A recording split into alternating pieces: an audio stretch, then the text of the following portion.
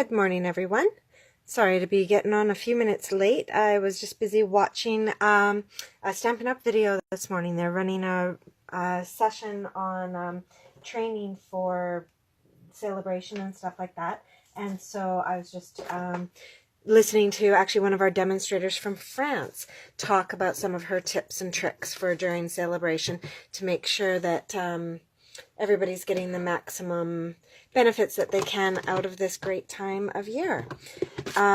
So that was kind of fun. Ran a little bit long though. I'm here now and I'm going to show you a class card that I actually made at a class this weekend. It's using the Happy Tales bundle, so that's actually this lovely stamp set and the Dog Builder Punch. And so this is just the most beautiful little set. For those of you who were able to make it to my class, it was really nice to have you there. And for those of you who weren't, I just wanted to give you another chance to share in some of the stuff that we created. We actually made 4 really beautiful cards using this dog in a wide variety of ways. And today I'm going to show you one of them. I also wanted to let you know, though, that I did put together a PDF of the cards that we made and little instructions. And so for anybody who orders this bundle in the next, in the rest of February, I will actually email out or mail out the PDF of the 4 cards that we made at the class, giving you all the instructions and the product list and everything. So if you purchase the bundle, so not the 2 pieces separately, but the bundle, so you get your 10% discount, I will mail that off to you so you've got a few little ideas and inspirations. And so today the card we're making is using this fabulous wood DSP, and I really love this DSP, but I also really feel like it's still a flat piece of paper. So one thing that I always do is I run it through my pine plank embossing folder. Even if the actual wood grain itself isn't pine plank, I still run it through and it gives it that grooved texture that I just absolutely love. So for today's card, first thing we're going to do is actually stamp our dog. So I've got him already mounted on one of these great paper pumpkin blocks. I really like them because it's kind of a one-size-fits-all block, and they're quite handy to have around. So here we go. Ink that up, and I've just grabbed a scrap piece of paper here. I think it's cut at 2.5 by 2.5. That's going to give me enough paper to hold on to when I am punching it out. So I've stamped that with the memento. And now I'm going to grab some blends to color in this little puppy dog. So I've got, let's see, the light and dark crumb cake. So many different ways to use these blender pens. I always like to start with the dark, and I am definitely not, an expert on shading and stuff. I just kind of try to go in areas that are kind of down at the bottom where I think, there would be a little bit of a shadow. I go over those. And then any of these areas that have the black on them anyways, I kind of go in and highlight those with the blender pens. And so as you can see, as I'm going in here with the dark pen, I'm really not being too careful, and I'm just kind of doing a little bit along the edges. Now I'm going to go in with my light pen and do a lot more actual coloring and blending of that darker color. And just kind of all over the place, wherever it kind of feels comfortable, the color. And I do try and stay a little bit light on my coloring when I'm near the edges of an image, because these blends do bleed outside the edges. I'm working with such a light color that it's not a huge deal, but still something to be aware of, especially if you're working with darker colors.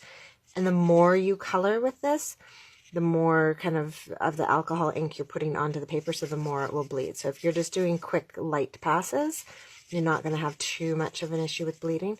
But the more you go over it, the more you're saturating the paper. All right, it's just about done here. I just want to get a little bit better blend going on there. In the ear.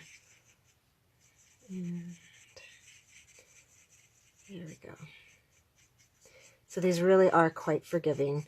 As you can see, all my lines are kind of disappearing and it's all really just blending together, the names. Very appropriate for these pens. So that is the blender pen. And this month, actually, the blender pens are my special. If you place an order using my hostess code, which I'll post onto this video afterwards, you do get a free blender pen with a $60 order.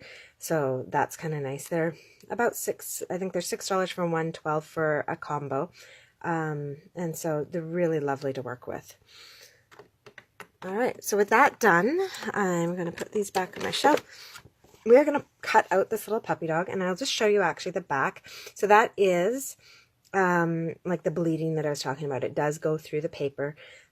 So I tend not to use blends on card fronts. I will always do them on a separate piece of paper that I then attach to my card front, because I don't like seeing that kind of thing on the inside of my cards. So it's just a little thing that I have. I like the insides of my cards to be nice and clean. So there we go.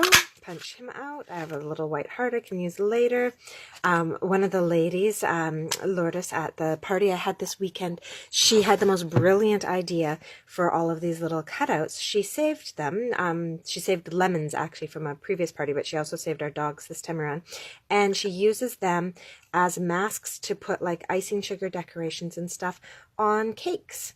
And so I just thought that was such a brilliant idea. I might start saving some of my punch outs as well to do a little bit of decorating. Would be beautiful on the top of a cupcake or something, have a little puppy dog and a heart there. So really neat idea, I thought. All right, next thing we're going to do is I'm going to take my wood DSP, and I've got a piece of linen thread here that I'm going to wrap around. And I am actually wrapping this around my wooden DSP, even though it is a little bit flexy and a little bit more challenging to do that. Just because, again, I can't stand having things visible on the insides of my cards. So I don't want to be able to see this linen thread on the inside of my card base. Now, when I go to tie the knot on this, I actually am looping this piece of thread around both threads. I want to kind of bring it all together in a little package. So I did kind of actually go in there and wrap it around both, as you can see. All right, so now I'm going to spread those out a little bit, and I'm going to tie my bow here. So I've cut this string quite long because I wanted to have lots of thread to work with to create this bow. And I also want to leave fairly long tails on this bow just for the look of it today. Here we go. Pull that in. And there we go. Now I'm going to grab some scissors and snip off those ends. Awesome. So now with that done, I am ready to actually adhere this to my card front. I am a little bit excessive with my adhesive use. When I am attaching anything embossed to the front of a card, I use tear and tape. I just really want it to stick on. I don't like it when you use the snail with some texture and then it maybe doesn't hold quite as well. So I really make sure to adhere these. There we go. And I know lots of people use like a lot less tear and tape and just put it in the corners and stuff. You can absolutely do that. I just really, I like to know that it's going to stay together. There we go. So with that on, I do just want to push this down really well because the tear and tape comes up off the paper a lot more easily if it is properly adhered to its background. So there, I'll tear these off. So we are,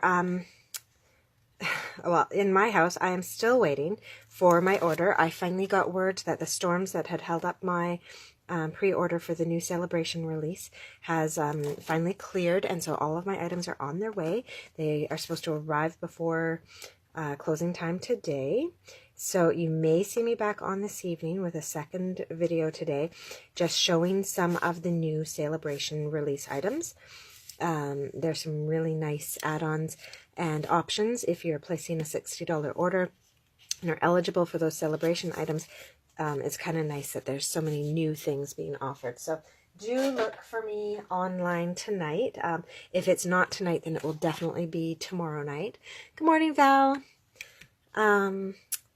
And yeah, I will definitely be on tomorrow night if my order comes in too late tonight. Because I have actually had UPS deliver as late as 8 p.m. And in this house, that's getting to be a bit of a hairy time. Kids going to bed, and I'm exhausted by that point in the day. So we will see. But I do hope that it actually arrives a bit earlier in the evening, and I'll be able to get on and show you some of the great new products. All right, so this heart that I have just stamped on and have put some tear and tape on the back of, this is actually from the flying hearts, from the Meant to Be, oh, my brain is gone, Meant to Be framelits, framelit thinlits. And so these came with, or well, not came with, but you could buy them as a bundle with a gorgeous stamp set as well. But I actually have just been using these dies so much. So that heart there is this one here, and it's got all the lovely stitching and everything around it. And so if you wanted that to just be a frame, you could also use the inside to cut that out. But there's just so many beautiful pieces. And then the two small hearts that we're going to be attaching to our card actually were just the leftovers from this piece. When I cut out one of these for another card, we ended up with those little hearts left behind. So that is where these hearts have come from, and I'm just finding so many uses for these Be Mine stitched framelits. All right, so with that done, I'm going to peel the back off, and when I adhere this heart, I'm going to put it fairly far over to the left because I want to leave space for my little dog and my saying. So I'm going to pop that underneath there. All right. Now I'm going to grab this rectangle that I punched out with the rectangular stitched framelits. Again, an absolutely invaluable die set. It's amazing what you can create with those, and they're just so beautiful. Add such a nice touch. So the saying I've chosen is, "A best friend leaves a paw print on your heart." I thought this one was a good one. You know, if you unfortunately do have to give somebody a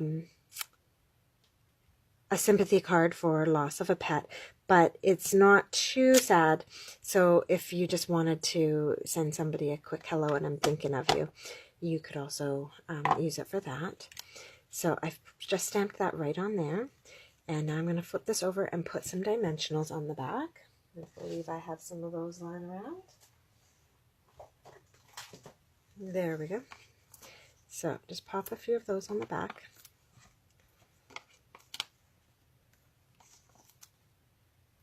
And I always have a tough time peeling these off in the morning. There we go. All right, so this is going to go here on our right hand side, and if it overlaps my heart, that's just fine. Our dog is going to overlap our heart as well. And so now I am going to put some dimensionals on the back of my puppy dog as well.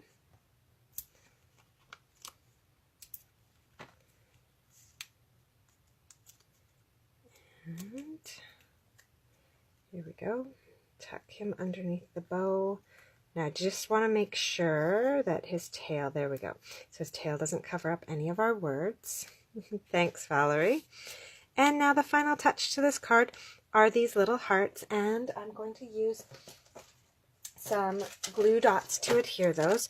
I've got my glue dots left over from one of my paper pumpkin kits.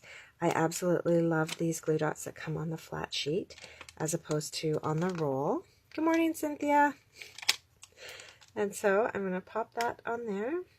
Well, it looks like on my original card I actually used mini glue dots to pop these up, but that's okay. I actually kind of like this look with it laying a little bit flatter.